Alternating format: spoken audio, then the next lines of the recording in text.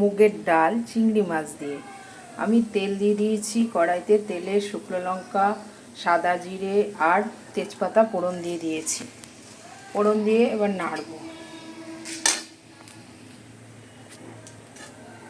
নাড়ছি।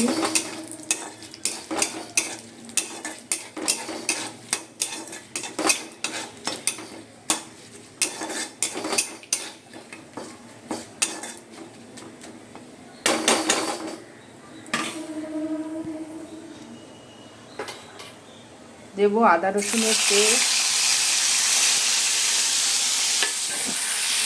নাড়লাম।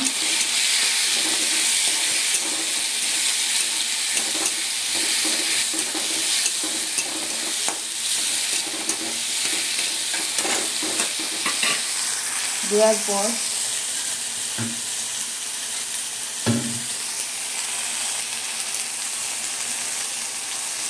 Next স্টেপে আসছি।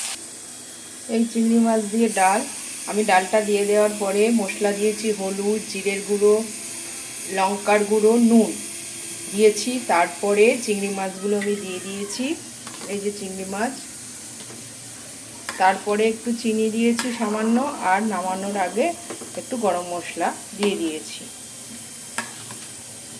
কেমন লাগলো জানাবেন, পাশে থাকবেন, সাথে থাকবেন, সাবস্ক্রাইব করে দেবেন। Thank you.